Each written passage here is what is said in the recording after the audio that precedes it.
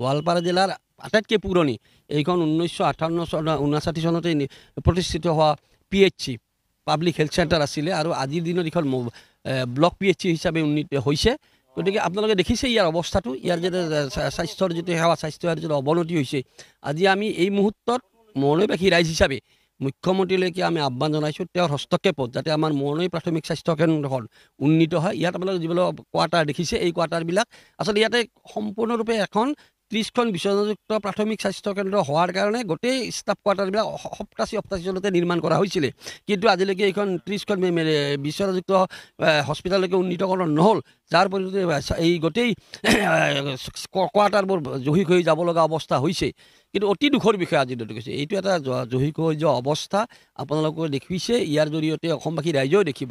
কিন্তু এটা অতি দুখ লগা কথা হৈছে যে মৰণৈ প্ৰাথমিক ব্লক PHCত আচলতে যিমানখিনি স্বাস্থ্যকৰ্মী থাকিব লাগে, চিকিৎসক থাকিব লাগে, আজিৰ দিনটো কিন্তু নাই।